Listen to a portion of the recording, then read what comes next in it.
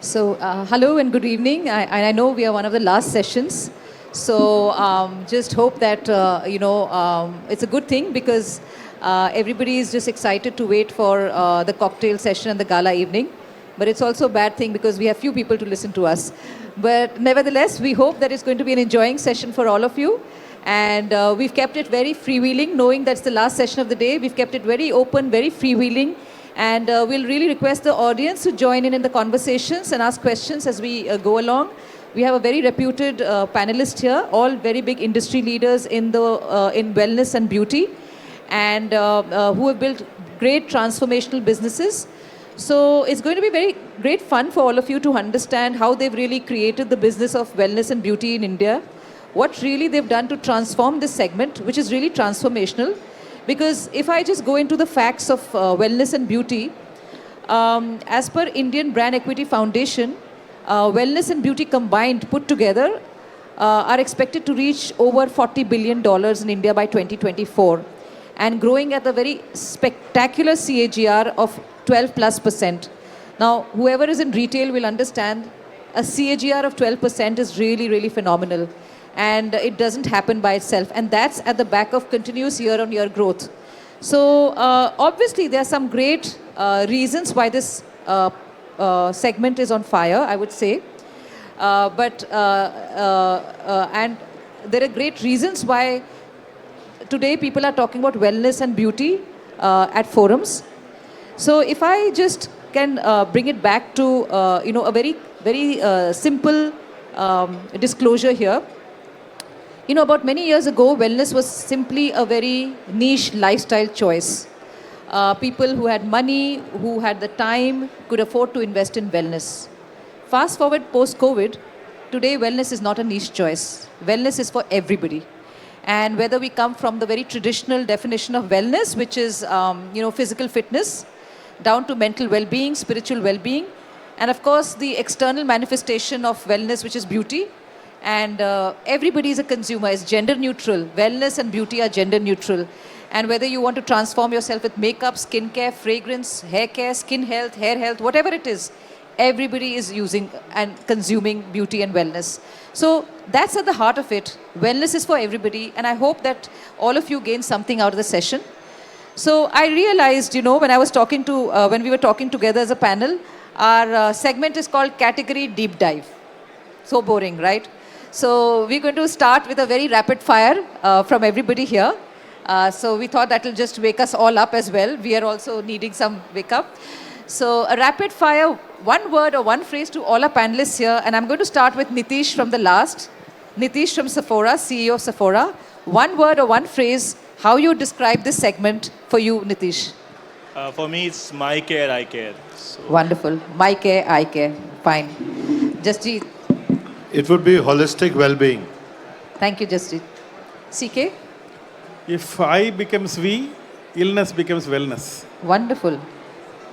I hope you all noting it down. Huh? These are great phrases.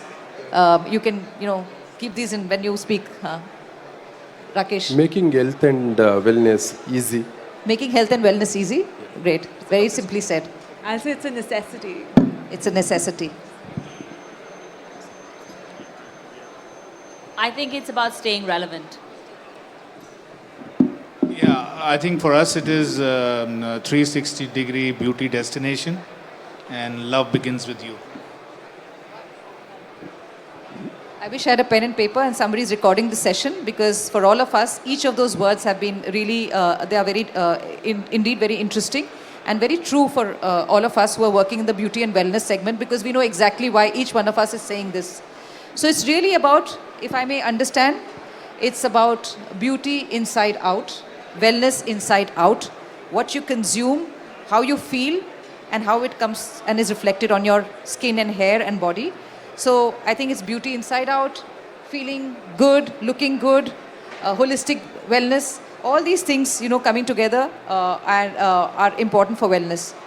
So we have a very good mix of, panelists here from the gym section, from the salon section, from the spa section, and from beauty multi-brand and from beauty single brand. So we're going to get a host of different kind of insights from today. So starting off with, I'm going to come to the gentleman here because his business is indeed very interesting, Rakesh. Starting off with you first. Cure.fit has been a phenomenal innovator, disruptor in the health segment and the wellness segment and the fitness segment. Not only is about fitness, but it's also mind, it's also food. There's also mind fit, food fit, care fit. There are a lot of fangirls and fanboys all across for Cure.fit. It's a rage, right? So I remember in COVID, March 21 or 23, you may know better, we shut down, right? Within 7 or 10 days, you will know better, Rakesh. They were live online, a large fitness chain being live online with their food, with their wellness, with their fitness. Really, though it was a question of survival, Rakesh, I want to know from you, what did you gain massively out of it? And how would you describe those insights which you got at that point of time? So I remember the date also, March 14th. So we are the first people were shut, along with the cinemas, gardens and swimming pools. So we didn't have any time to go in that particular segment. And one thing we realized is that's a time, it was a shock. At the same time, we wanted to diversify. And market was very massive. We had option to explore. And one thing is we connected to our customers. We should respect them because they wanted something from us at that particular moment. Maybe many people are not aware that maybe up to 1.5 years we are not charged anything. Entire thing is a social responsibility. Online services we went in. So, but it was a learning for us also. Very good response at that time. But one particular point we observed is that particular time everybody was consulted to one particular house or room or somewhere, and that hesitation of working out at home was gone. So they want to do some activity, they want to move out. And even though in the society also restricted walking around, those restrictions were there. And at that particular time, we went into various other training modules. It really worked. For us also, it was an active thing, and connecting with our customer was very important, and new segments also joined there. But once that particular point happened, we were aware that once the COVID is over, people want to run out because then we wanted to go in different way. Then at that particular point, we opted for more and more innovative. But one particular change what we observed is, initial period there was more of enthu towards the group. That was group exercise format. That was our diversification. And people can opt anything. Because today if he is doing yoga, tomorrow he can go to SNC, strength and conditioning. Otherwise they can go for some other format. And we have sports fitness formats also. But once that is done, actually we understood that we have to go for different thing. Cities started behaving differently post-COVID, since you mentioned post-COVID. Because people wanted to more and more go into weight training also. So we went to hybrid model then. And also new acquisitions came. Lot of common mind brands joined us. Today we can proudly say that nearly 60 to 70% of organized fitness industry is with us now.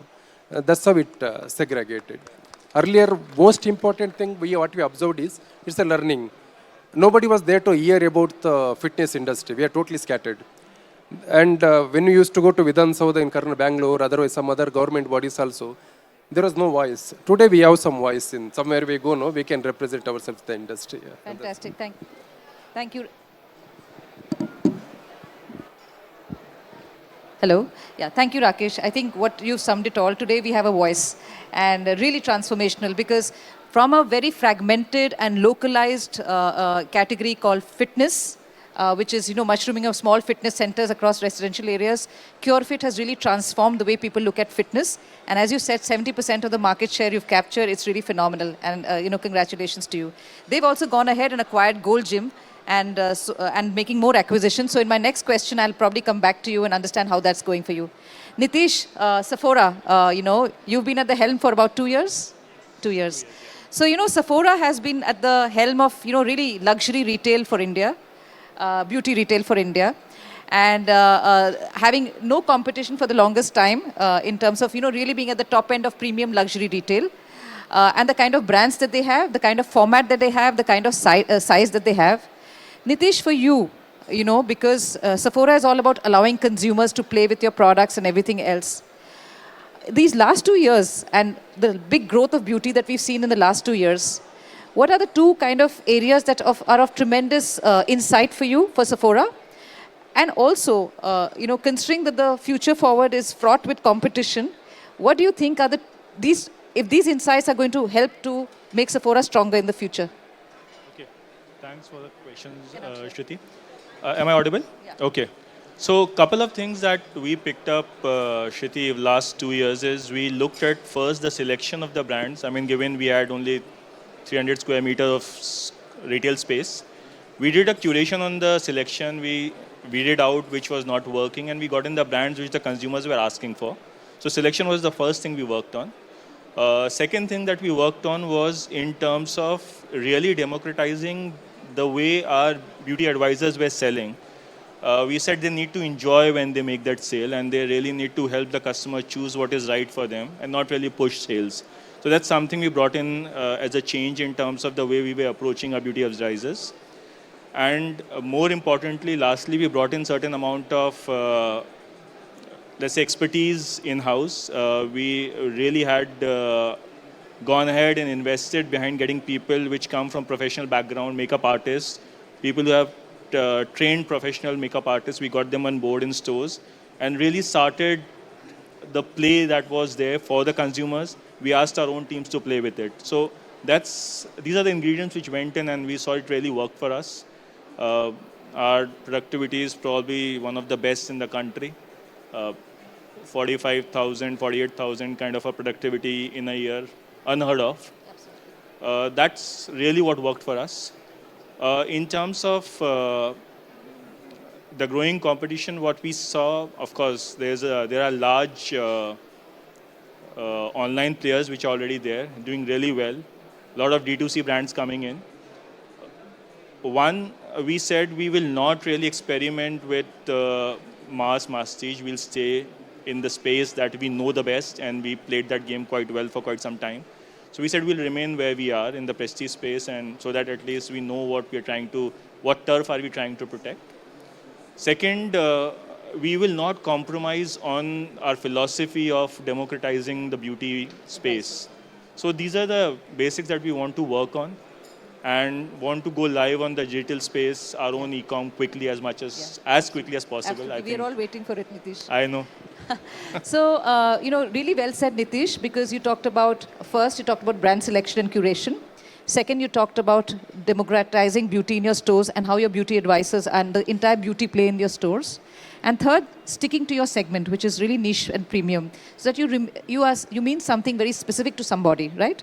So I'm going to come back to a next question with you, which is, really talking about the fact that how are you integrating wellness into Sephora's?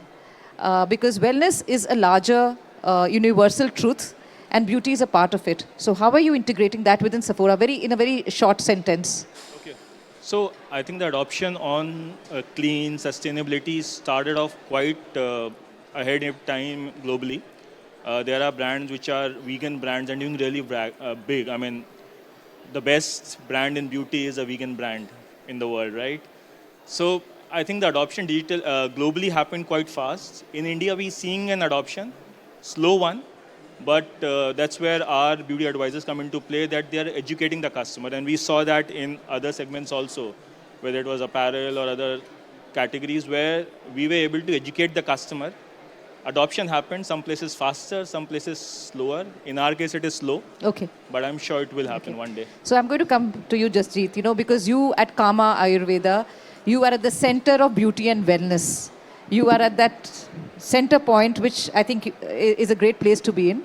So, Ayurveda is the ancient science of wellness, if I may put it very simply in the context of our discussion today. It's an ancient science which has focused on wellness inside as well as outside. And Kama is at the center of it. How do you, in this age of fast beauty, how would you put yourself, I would say Ayurveda as a slow beauty, how would you put yourself fast beauty versus slow beauty, and how would you really take that space up? I think that is one question which is puzzling all the minds, and it is truly at a confluence right between beauty and wellness. And we firmly believe that as long as you back classical Ayurveda with science, you make a winning combination. Secondly, you remain authentic with your consumer. Okay, along with being authentic, you also carry this holistic story of being very responsible, not only in what you sell in terms of ingredients, but how responsibly you source, how much do you care for traceability of your production, and in doing that, the medium in which you sell, the packaging, and finally, to the last level, how well do you manufacture in a manner which retains the traditional essence while ups the game in terms of compliances, in terms of the best practices. So very simplistically to be put, how beautifully can you make a kashayam which is in a most, I would say, a clean room, and then convert it into a lovely cosmetic cream which doesn't carry the ills of all the fortified chemicals or stabilizers. And if it does, it better be said out.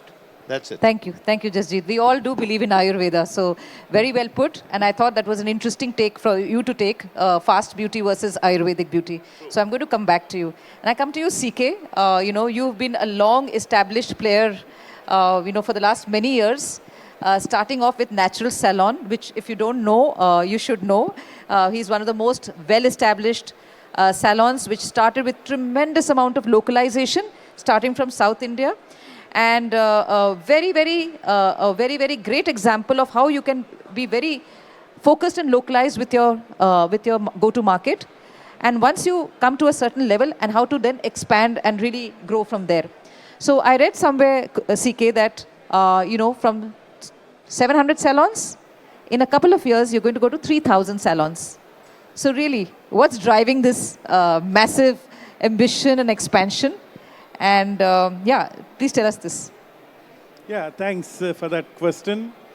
I think the 740 is the number of salon we are at this point of time. We want to make 3,000 salons. And what drives us, ideas are the currencies of the 21st century. But that's only one half. The other half is the speed is the currency of the 21st century. Only having an idea and doing well in South India, when the market is ready, we are supposed to feed the market. If we are not going to feed the market is going to be fed by somebody else. That somebody else may be good or somebody else may be bad. All good companies have got the moral responsibility to take their product wherever they can, and especially in all over India. And India, in my mind, is a 20 country. So far, we have conquered only 6 countries. There is another 14 countries in front. So when we have done 6 countries, 740, another 1,400 is going to happen. So that's what we want to do. Fantastic, CK. And I'll come back to you how you're going to manage that growth and the talent part of it. So, and I'll come back to you later, Arpita, once I talk about the beauty retailers on this side. Vivek, welcome. Very, very interesting. For those who don't know, you are the CEO and the MD of Enrich. And he's earlier had a very prestigious position at Sephora India. So Enrich is probably, a unique example of a service salon, which is now open, 50% of it is retail. So probably, while we all know about salons which have a retail section and retailers who have a small salon section, here is somebody who's actually kind of bet on both together in a single store. So Vivek, very much interested to know, what's your initial I wouldn't say response, but how's the performance, for this kind of a business, which is 50% retail, 50% salon. Very, I would say, unique in the composition because it's a service as well as a retail concept. And how do you how do you kind of blend the space and the commercial aspect of both? Good evening, everybody. Thanks, Shriti. I think it's a great blend. Basic thing was that we had a very strong service business, which covered, hair, skin, and body. And I think the customers profile, obviously we were positioned at more premium end. So customer profile was such that they were always hunting for products and they were always buying from competition. So it's my customer, she's coming to my store or he's coming to my salon, but they were looking for products. So we did a little research within the company with these customers, and we asked them what are the kind of brands they buy and where do they buy. So very simply, we got that answer, and it was clearly, targeting about three segments. The beauty basic. You have the trendsetters. Who were looking for something new all the time, and you had the evolved beauty. Who was looking for innovation and innovative products. So keeping that in mind and to service the customers, we came up with this format. And this format is obviously new in India, but I think it's been there in the US with Ulta Beauty. It's also initially was in Sephora in Paris. We have seen, though they had lovely hair sections and skin sections right at the back for service. So we adopted it. Now, basic thing was that the service side of the business is the business that generates the commercial, the profitability. It's good profitability. The retail side of the business, we know that it has certain fixed margins. So I think it's a good blend. It's like having a private label with huge margin on one side, and it's like having the retail side of the business. So we expanded it across categories: makeup, skincare, hair care, fragrances. And you'll be surprised that, we have the sunrise categories doing well. The sunrise categories, I mean, is fragrances and makeup. They are really growing very fast. And consumers are loving the experience. I think the last point on this is, when you do multi-brand retail, it's not a cup of tea for everybody. When you have 80 brands, 100 brands, 400 brands inside a store, you need that bandwidth to run that kind of a place.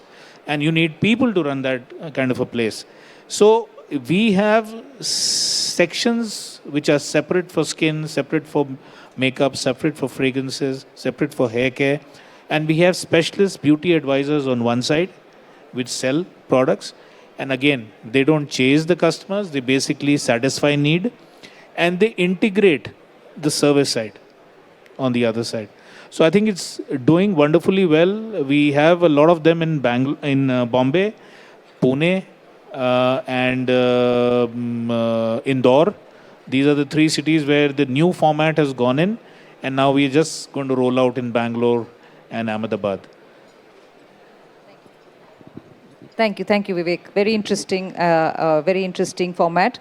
Though we know that Sephora and Ulta do it, but then it's still at the back of somewhere where it is still the retail side is more visible. So very interesting what you're doing here in India. Very interesting and very tough as well to handle 80 plus brands and to handle the services. So great work. So I come to you, Sneh. JCB, one of my favorite places to be in. French salon, coming to India almost 15 years ago, at a time where the salons were very fragmented and very localized. And it's only now in the last 10 years we've seen massive growth in the salon business. You were one of the first French salon companies first global salon companies to come here and set up. And today, fast forward 15 years later, how would you describe your journey? How would you describe yourself as a very niche salon and your journey in India? What's your learning for a very niche salon? What's your learning and what kind of consumer insights that you have with your salon? Good evening, everyone. Thanks, Shriti. I think 15 years back, whether it's 15 years back or today, I think India remains a value-seeking consumer base. So when we came in 15 years back, we knew for a fact that, what we wanted to offer had to be of a certain quality. It had to be great product. The hygiene services, the hygiene of the place, all of that counted in how the whole experience was built. So once you have that part clocked in, then we look at expertise and how do we build that expertise. We were one of the first ones who built the consult model. So, when a client comes in or a customer comes in, you're not straight away just, oh, what do you want to do? And then you start. No, we talk about a consult. What is the lifestyle that they lead? Then that's when we realize that, maybe this is what we want to offer to the client. So just building that entire experience around a service, and then, and then delivering that quality. I think that's been the major learning along the way. I think alongside, of course, it was a more unorganized market. It was a fragmented market. So the business model and the business plan and the whole dynamics, that it took us a while to learn that and, understand how the entire model worked with rents and, all of that, with Bombay having rents through the roof. But yeah, I think now we're at a place where we're ready to roll out, go in the next 3 years from 20 to 100. And I think this is the great time to be fast forwarding and being in the mode of growth. Thank you.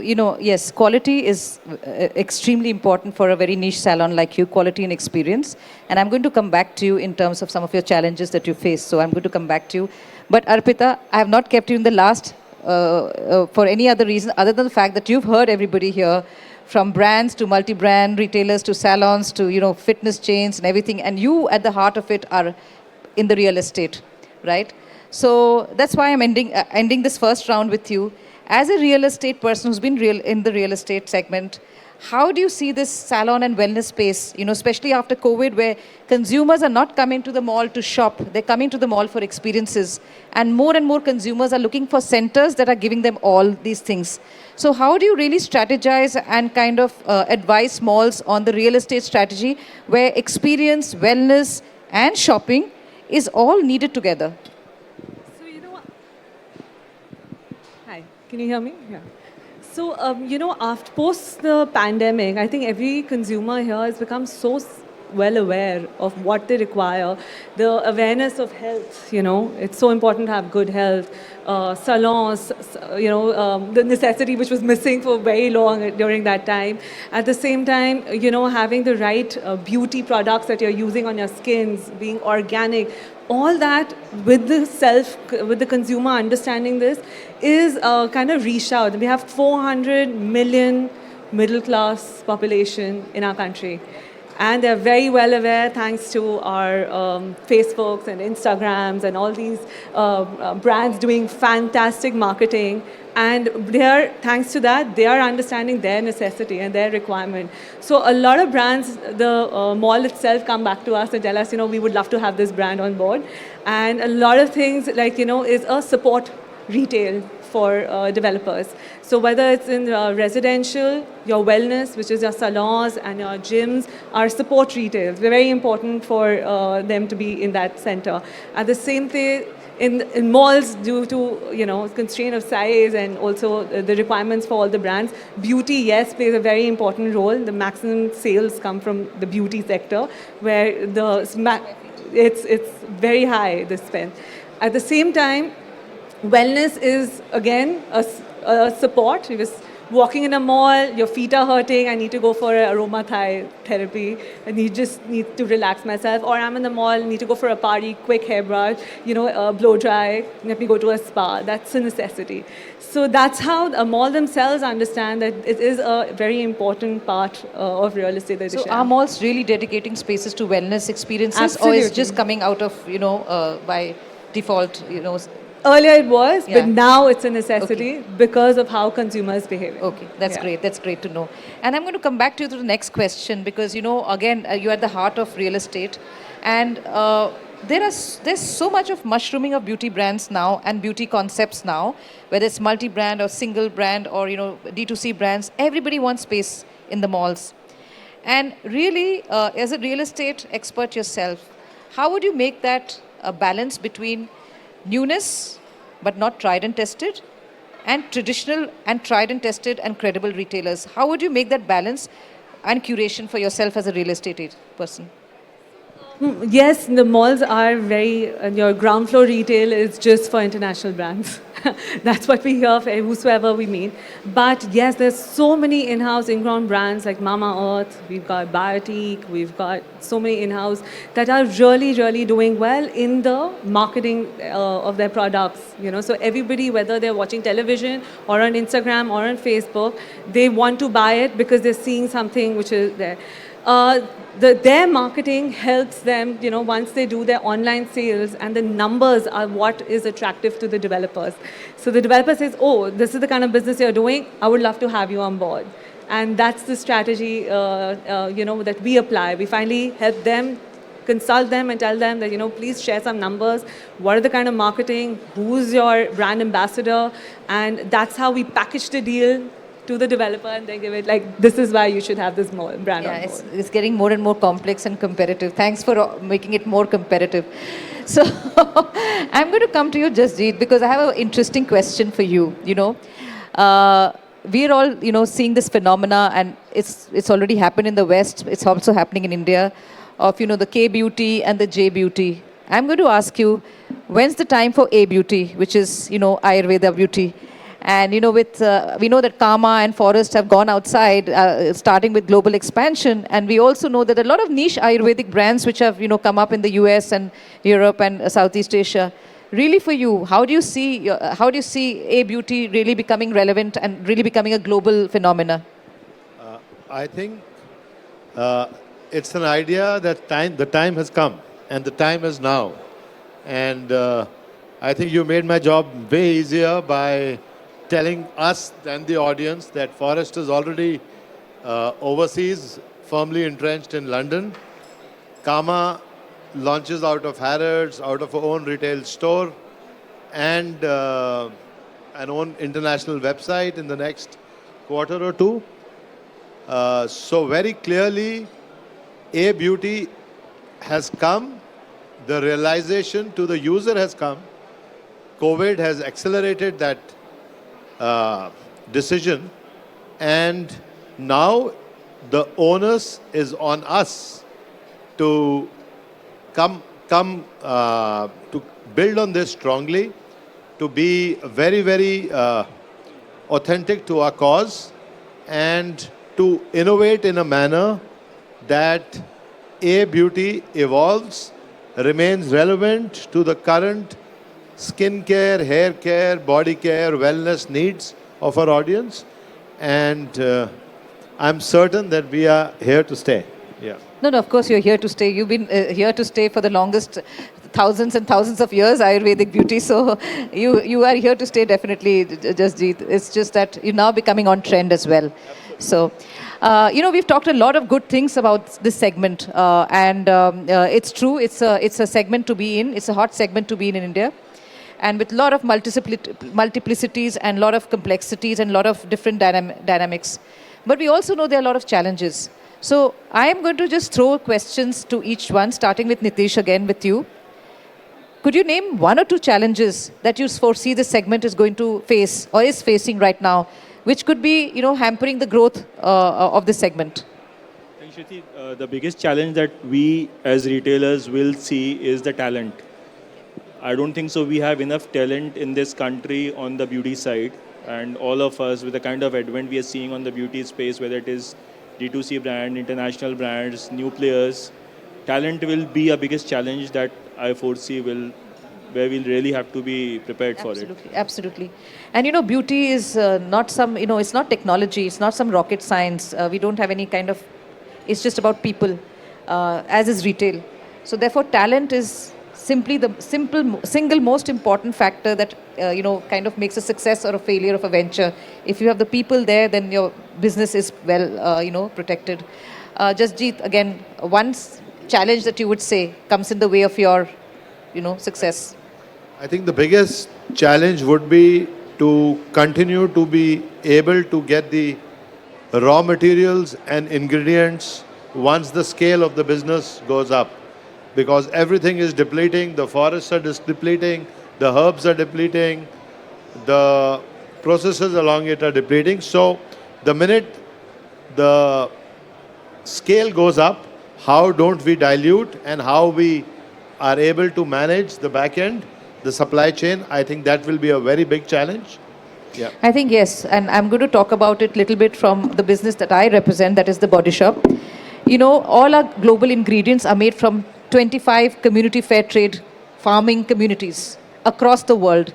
And one of our biggest challenges is how do we keep that sourcing very, very tight, as well as how do we manage our volumes? Because it's all coming from the farming communities, and that is the source of our business. So it's a challenge going forward.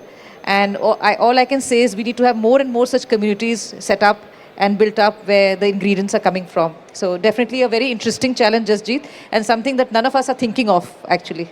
And here the supply chain and sourcing has to be proactive. Absolutely. We need to act today to For build it 5 this years up. later. Otherwise, we will then be diluting things Absolutely. and losing our standards. Absolutely.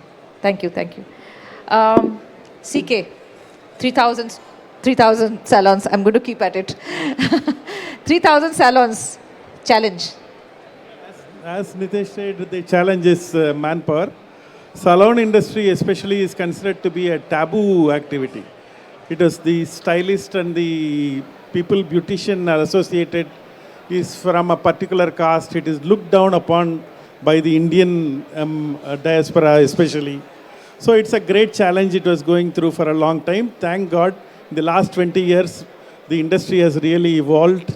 Now more and more people, the so-called educated and the people from normal background have started looking at this industry. So talent remains as the single most problem, but you flip it, you convert to an opportunity. It's an opportunity for training center. Today people are willing to pay money and get trained. A lot of people, especially youngsters, are looking at nail art and makeup as a very aspirational career. So all this put together, it is one side it's a problem, flip it opportunity, convert to an opportunity and keep moving. 3,000 what? 7,000 will happen in India. Fantastic. I think he deserves a round of applause. Thank you, CK. Great, love your confidence. Rakesh, what next? Because, okay, before I come to challenges, I'm going to ask what next from you. You know, you acquired Gold Gym, you're going to acquire more things. You're going like really 70% of the market share you're capturing. What next for you before I go into the challenge? See, we're very clear from the day one, very humble company. Humble company. So we wanted to get all the best things from the industry because initially we started with the group exercise format, which was very unique at that particular period. And it was adopted very well, people were very excited. Then we wanted to, because building our own brand is different, we acquired Fitness First India and new learnings came in, we came up with, and we are also expanding that particular segment. Then we thought we should go to other thing also. Then we acquired associate with Golds also now. And after that, we wanted into the online platform, we acquired Fiternity. And Fiternity is also with us now. And then local gyms were there, many small chains like Play on Fitness, Volt, all those we got in. And then we wanted to get into the sports vertical because many of you may not be knowing, Cult is not just a cult gym format. We are into sports also. And Cult is health, sports and gym segment we are into. Then we acquired OneFit. And we actually came up with a new brand, that's Cult Sport. Maybe offline we will come soon. So that's also there. Then we wanted to go into different segment. Then we started. We are one of the biggest producers of sports cycles also now. So we're into different segments. Then we wanted to go to Nutra, maybe not into beauty, definitely. So, but more into the health conscious this thing. So in this particular we went to Azani we acquired. Azani is also part of it. And as of now, around 65 to 70% of organized industries with us. We are totally open to any new like-minded people who want to associate with us. That's how it is going. But it was much needed at that time. And we wanted to do something very clear that health should be a habit rather than a bit in the life. That's what we wanted to look into. But post-COVID, everybody realized, and that's a very important point also. My challenge-wise, if I go, very important point is, one is real estate, which is sitting next to me. So that's the biggest challenge we are facing. I'm adding real estate also to the group. Almost 700 plus centers we open now. And we are opening more centers. Even aggressively are moving to Golds also and Fitso also.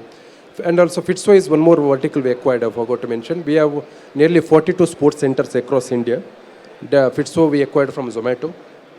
So that's how it went in. But real estate is the biggest challenge I face because we go into different segment, cost benefit wise also, rent revenue wise also. And we cross particular period, it won't be sustainable to us. And it's almost 7 years. Now we are not into big adventure. We go very cautiously. At the same time, rent revenue ratio, if it's not matching, we are not going to open any centers in that planning. We'll go to that market where we can do into that how we are going. And this is the one challenge. Second is what I observed is the trainers.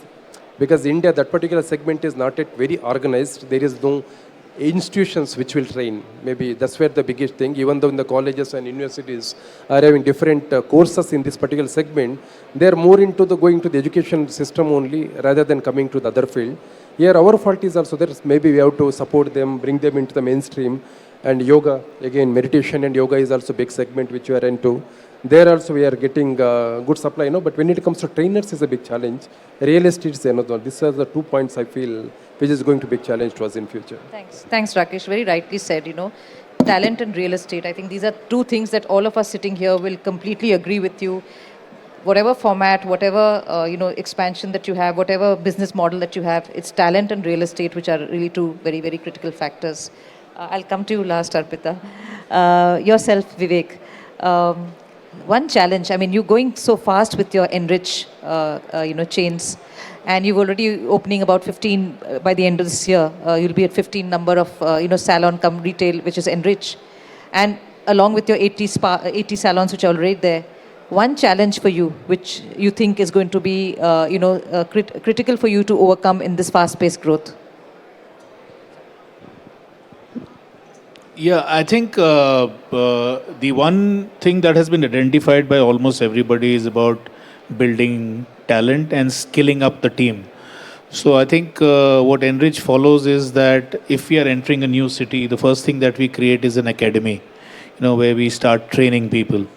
And we have certified courses for people to take it. They can go out or mostly 95% get absorbed inside Enrich, for various openings that we have. We are also running a graduate program at Symbiosis called Beauty and Wellness, which is run by, Enrich. So people passing out from there have a straight, internship or, you can say a trainee straight into Enrich. So I think those options we've kept it open, and we are really generating a good amount of people coming in from that part. That takes care of the store level requirements. The second thing, the challenging part is that obviously with so many beauty retailers, trying to, I've seen that happening to apparel some years back, where suddenly apparel and apparel stores all over the place. We're probably going to see some of that in beauty.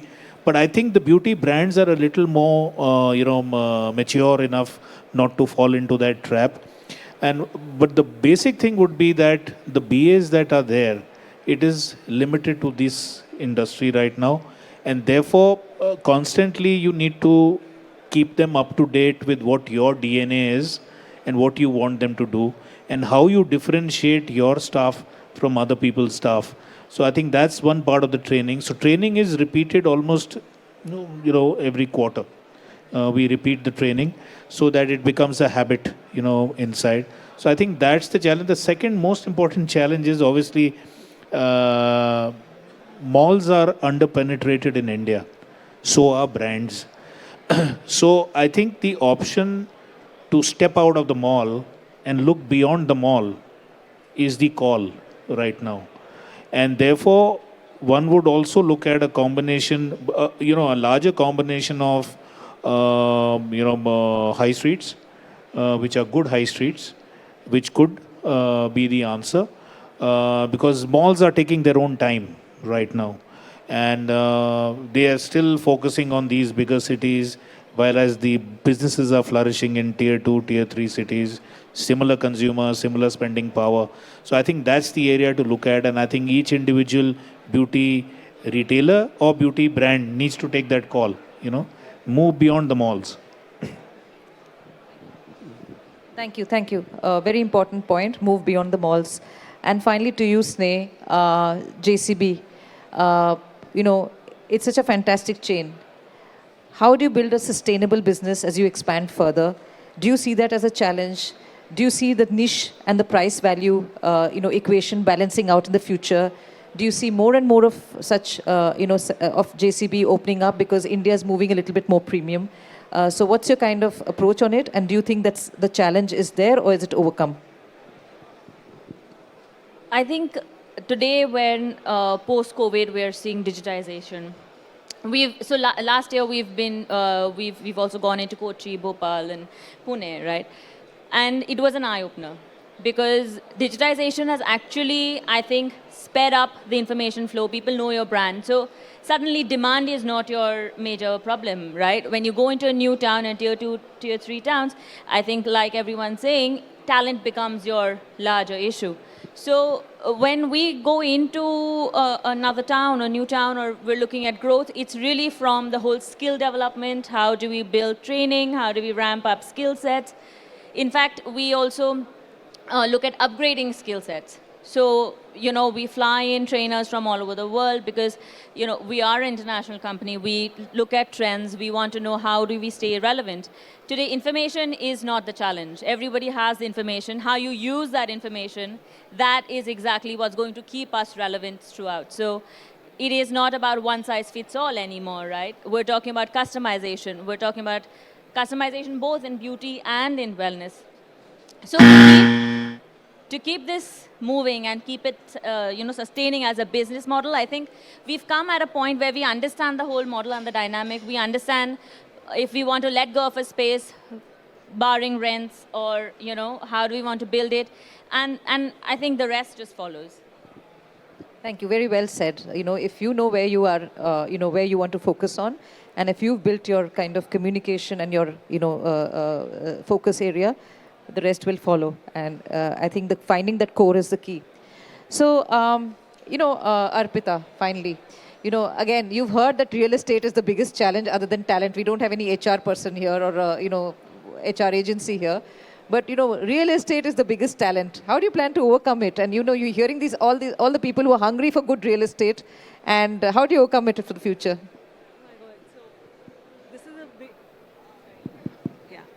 So this is a big, in terms of you guys have so much competition coming up, whether it's beauty, you have these new international brands coming in, the developers always hungry for better brands, newer brands, for a good customer experience. At the same time, with wellness, whether it's salons, you see salons opening every next day, and there's so much funding coming for them that they're ready to pay that extra buck, whether it's in the malls or in high streets. How are you going to solve for real estate? Create real estate. Yeah, I know. And that's what Easier we do. said than In done. Jira, we need to create a better future. We need to create that area, create that high street, educate the developers and the landlords that this is what is required. Yeah, no, I agree. It's a difficult, sorry we set you up for this. It's a difficult one. So that's what it is. And I think with the music starting up and all, nobody's going to be interested in our session anymore, Anish. Thanks for getting up. So I saw you fidgeting in your chair, so I said, okay, fine. So, I think I would like to open this to the audience. If anybody would like to ask any questions before I summarize this round, and if there's anything that anybody would like to ask. Yep. Hi, Shriti. My question is to three of you all who are running multi-brand business, Enrich, Sephora, and Bodice. In this, it's competitive, right? Everybody is fighting for the same space. How do you really differentiate at retail when it comes to, being so close in the same mall at the same time, kind of having an overlap of quite a few brands? People are talking about digitization. People are talking about customer experience. What are we going to see new? I can go first. I think the market has space for all at this point of time. Maybe in the future we'll have to see how it pans out, but the market is still hungry. And it has space for everybody. And if you realize in the West how many Sephoras are there and how many Ultas are there, versus how many multi-brand retail that we have here, I think there's a large gap in the market. So I think the market is enough to consume. What we really have to see, as you rightly said, how the differentiation comes in. And the differentiation will come from service and your focus areas. So I think, I'll leave, Vivek to talk about it and Sephora to talk about it, Nitesh. But it really comes from, for me, it comes from service. So that's my answer to you. Yeah, nice question. See, I think it is something that will happen, and I think like what Shriti said, that there is enough space right now, but you need to start defining your DNA today, because you can't suddenly change gears later. So I think what we need to do is, and what we are doing, is creating experiential zones inside each category. Now, for example, when you look at the makeup area, so we have custom-made lipsticks. You can come, select your shade, whichever shade you want, whatever fragrance you want, and you want a matte or you want a pearl, that finish made in 30 minutes for you, and it's a very premium product. So we do that for in the makeup side. Obviously, we have the nail bars, which are there in the this salon. We have a beauty bar, which demonstrates new looks, how to create new looks. How do you want to do that smoky eye? How do you want to do that night smoky? How do you want to do that 4K contouring? How do you want to do that flawless complexion? All this is done there. These are individual small makeups, which would take only 15 minutes, and we give them free as a service, to our customers. And then obviously you have the big makeups, which happen over there. Then you go into the fragrance section. Most people in India do not know what are the kind of fragrance families that exist in fragrances. So we have in our stores displays which are by fragrance family. So you are looking for floral, these are my floral brands. You're looking for fruity, these are my fruity brands. You're looking for spicy. So it becomes a straight selection. You don't have to wait around. You just pick it up. The testers are there, you try it and buy it. The third thing that you do is on the skincare side, which is actually a little more required, is the problem solution approach, to a customer. Because you have so many products, every category should know what the benefit of this product is. And therefore, it becomes easy when somebody comes and says, I got acne, what do I use? I can straight away recommend a brand and a product to them. So I think that's the third side, which is there, making it experiential. They can try it. We have express facials as a free service, on the beauty bar. So people can come and get an express facial done and go. By doing that, you actually make them buy because they like something over there. And I think the fourth thing, obviously, is the hair care. The hair care is very large for us as a category. Like in the case of a Sephora, makeup is a large category. Hair care becomes a large category in our kind of a store, which has got services as a big business. So you have, the rituals, the hair care rituals which happen. We have a ritual room. You have the styling room, and those things are already there. So I think making your space as a beauty destination with these experiences is how you will be able to differentiate. Nitesh, Yeah, you want to add in? What both of you said in terms of the distribution expansion, I think the industry is still in its infancy. Next couple of years, maybe a decade, I think all of us have room to grow. I don't see that we'll compete in that space. And like Vivek rightfully said, I think we'll have to bring in experience, service as a differentiator. In the BPC industry, one thing which is very important is credibility. So you can be a multi-brand retailer, but if you don't have credibility on selling authentic product, it will be difficult for you to sustain and survive. So I think how you build that credibility with your customer will be very critical in terms of who survives and who doesn't. Thanks. I hope you got your long answer. Anybody else?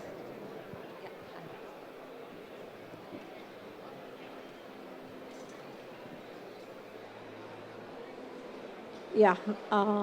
My question is actually to Vivek. Just wanted to check how do you keep the perception of Enrich as a destination? Because mostly beauty services are a destination. You don't go in a place just for a service on an impulse. Whereas what currently Enrich is doing is a lot of impulse stuff, which is the initial skincare, hair care, and all that. How does it dilute? Is it diluting the brand DNA of a salon, or how? Where is the balance, and what is the future? What is the plan? Like, how is Enrich? Is it trying to change the DNA, or how is the? I just want to understand what's the vision and why this change. Okay, so this is just the last question. So I'm just going to give it to Vivek right now. No, I think we have kept both the businesses under one roof, but we have specialists handling the service side and we have specialists handling the retail side. So nothing is going to change. They are the same people, same training. So it's not going to be a combination that, I have somebody who does service is going to start selling retail.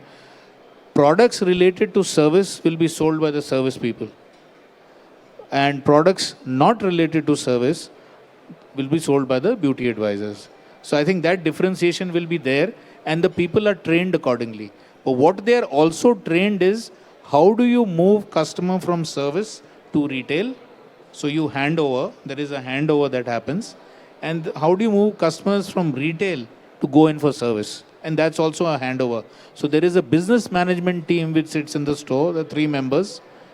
They look after that. And then they make sure that the transition is smooth from one side to the other. So basically, the customer is having the best of everything. I think that's what we have to all be happy about as consumers, that consumers are getting everything and consumers are having it all. So with that, I'd like to wrap up the session.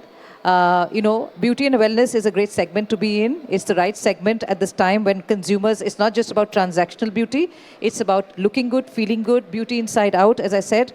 And it's very important that brands today are talking not just about transactional beauty, but also about how they can be more clean, more sustainable, and how they can really integrate well into wellness. And I think like brands like Kama, you're doing a great job. Brands like The Body Shop, we are quite integrated into wellness and clean beauty. Brands like Sephora, who are trying to get clean beauty brands and are upping their game. And of course, from the brand side of it, it's really wellness. People are already doing a lot here. But from the brand side of it, I think there are brands who are already in the wellness space. And it's also important that wellness is sustainable. It's also important that wellness is remains there for a long time and is credible and there to stay. So I think with that, I'd like to wrap up this session. Thank you very much to the audience. You've been very patient. Some serious stuff here. But I hope mostly that it was enjoyable for you, as it was enjoyable for us, talking to everybody here. Thank you, Nitesh, Jasjeev, CK, Rakesh, Arpita, yourself, Sneh and Vivek. Thank you very much. Thank you.